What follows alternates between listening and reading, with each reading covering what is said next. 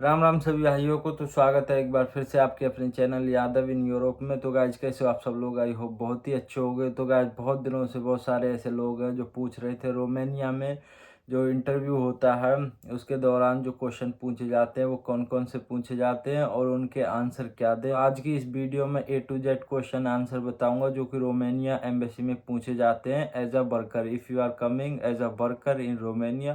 सो मैं जो है आपको सारे कुछ क्वेश्चन यहाँ पे बताऊंगा कौन कौन से क्वेश्चन पूछे जाते हैं, क्योंकि मैं ऑलरेडी बहुत सारे ऐसे बंदों से मिला हूँ जो यहाँ पे रोमानिया आ चुके हैं। उनका खुद का एक्सपीरियंस प्लस मेरा जो एक्सपीरियंस है वो भी मैं शेयर करूँगा। कितने क्वेश्चन पूछे जाते हैं, कितना टाइम लेते हैं। तो बिना टाइम वेस्ट की वीडियो को करते हैं स्टार्ट। सबसे पहले गाइज आपसे जो है जनरली क्वेश्चन पूछते हैं, पहले आपका इंट्रोडक्शन वगैरह नॉर्मली कि आप जो है जेन्युइन हो या फिर फेक हो।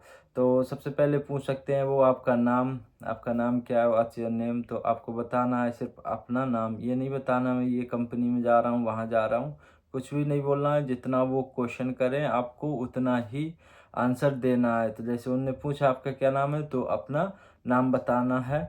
और कभी कभी जो होते हैं जैसे डिपेंड करता है सिचुएशन पे, आपको अगर उनको कोई डाउट होता है तो वो आपसे जो है ज़्यादा भी क्वेश्चन पूछ सकते हैं। ज़्यादा टाइम नहीं लेते हैं, बस 5 या 10 क्वेश्चन मैक्सिमम करते हैं, इससे ज़्यादा नहीं। और मे भी कभी कभी टाइम भी ज़्यादा ले लेते हैं, कोई होता है 10 मिनट में एंड कर देता है, कोई आधे घंटे तक। डिपेंड करता है काउंसलर पे जो कि एम्बेसी में होगा।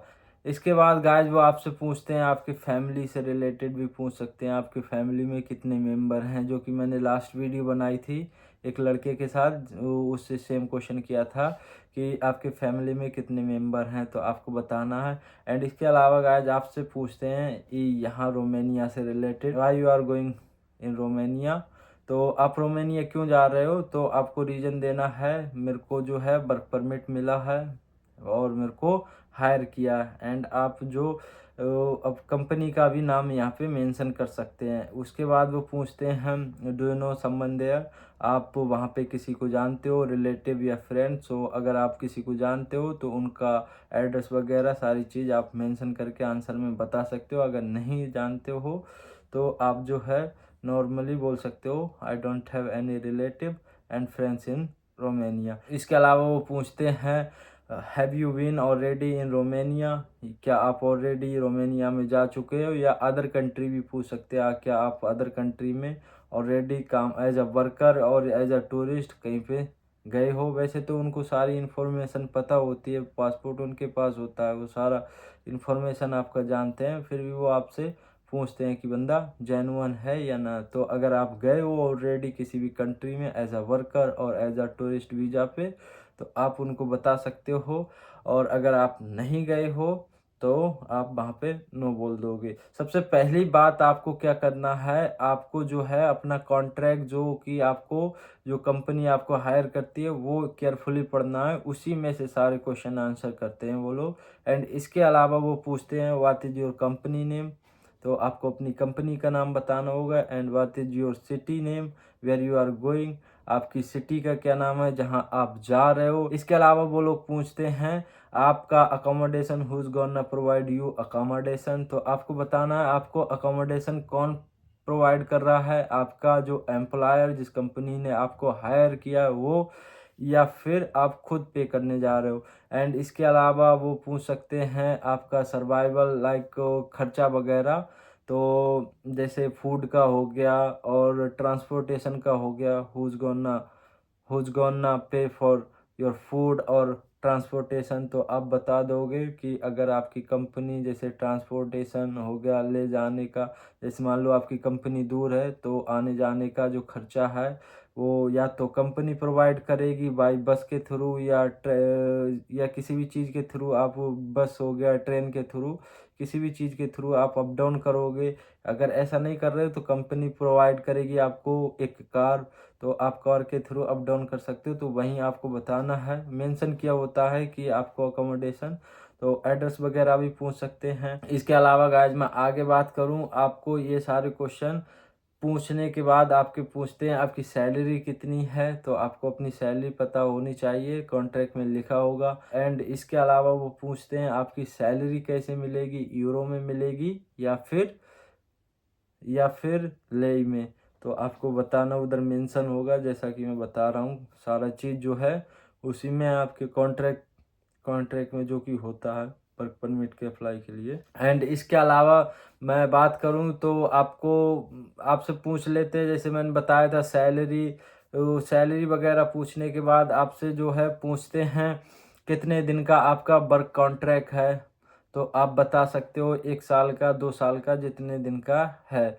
उसके बाद वो ये भी क्वेश्चन पूछ लेते हैं, डाउट होता है तो कि क्या आप रोमानिया से आगे भागोगे, आगे जाओगे, क्या आप रोमानिया से भागना चाहते हो, तो आप मना कर देना है कि नहीं, मैं अपने काम के लिए जा रहा हूँ और मैं वहीं पे अपने जब तक मेरा कॉन्ट्रैक्ट है तब तक मैं वहाँ पे काम करूँगा। तो इसके अलावा वो पूछते हैं आपका प्लान कब है जाने का रोमानिया, तो जैसे ही आप इंटरव्यू के कुछ दिन बाद, कोई होता है 1 महीने बाद जाता है, फ़्लाइट डिपेंड करता है फ़्लाइट पे, कब आपकी फ़्लाइट जो है अच्छी मिल जाए आपको, कम पैसों में चीप, या तो उसी हिसाब से आप वो कंफर्म फ़्लाइट याद रखना कब आप जो है मूव करोगे।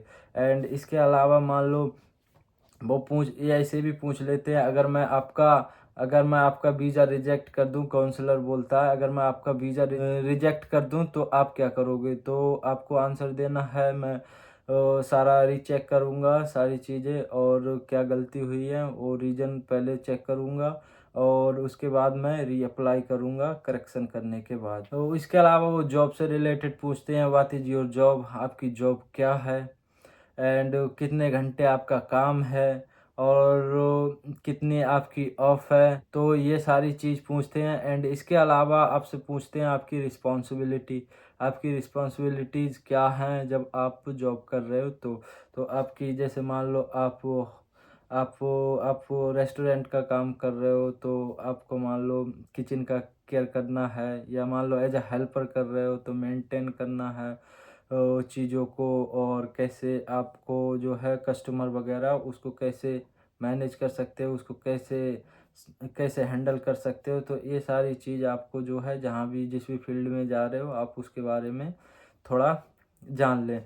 एंड इसके अलावा आप उसे नॉर्मली क्वेश्चन पूछ सकते हैं कि आप रोमानिया के बारे में क्या जानते हो, तो आपको बताना रोमानिया के बारे में, यूरोपियन कंट्री है और यहाँ पे रोमानियन लैंग्वेज बोली जाती है, इस टाइप से यहाँ पे थोड़े से आपको जो है आंसर देने हैं, यहाँ की लैंग्वेज ऐसी, ये सारी चीज़ आपको जो है बोलना है। और प्लस शेंजन एरिया है, शेंजन में आ चुका है और वहाँ पे एक अच्छा करियर है, ऐसे सारी चीज़ आप जो है बोल सकते हो। तो इसके अलावा गाइस मैं बात करूँ आगे, यही सारे क्वेश्चन होते हैं, इसके अलावा एक्स्ट्रा क्वेश्चन नहीं करते हैं वो। अगर आपसे मान लो कोई डाउट होता है तभी आपको रोक के ज़्यादा क्वेश्चन करते हैं, इसके अलावा कोई क्वेश्चन नहीं करते हैं। नॉर्मली यही जॉब से रिलेटेड, आपके काम से रिलेटेड, और सारी चीज़ जो मैं बता रहा था ऑलरेडी आपका जो है कॉन्ट्रैक्ट में है, आप जो है आराम से अपना कॉन्ट्रैक्ट पढ़ लें, उससे ही रिलेटेड क्वेश्चन पूछते हैं। तो मिलते हैं जल्दी नेक्स्ट वीडियो में। Thanks for watching. अगर गाइज आप चैनल पे नए हो और अभी तक आपने मेरे चैनल को सब्सक्राइब नहीं किया है तो चैनल को सब्सक्राइब करना ना भूलें। मिलते हैं जल्दी नेक्स्ट वीडियो में। Thanks for watching. और गाइज अगर आपको समझने में कोई प्रॉब्लम है, कोई कन्फ्यूजन है, तो आप मेरे से जो है कमेंट करके भी पूछ सकते हैं। और अगर आपको कोई अदर जानकारी चाहिए रोमानिया से related as a work visa और या फिर स्टडी वीज़ा या फिर टूरिस्ट वीज़ा, तो भी आप मेरे को कमेंट कर सकते हैं। और अगर आप मेरे से पर्सनली बात करना चाहते हैं तो मैं अपना जो है व्हाट्सअप ग्रुप एंड प्लस अपना personal number and Insta ID video के डिस्क्रिप्शन में मेंशन करूंगा।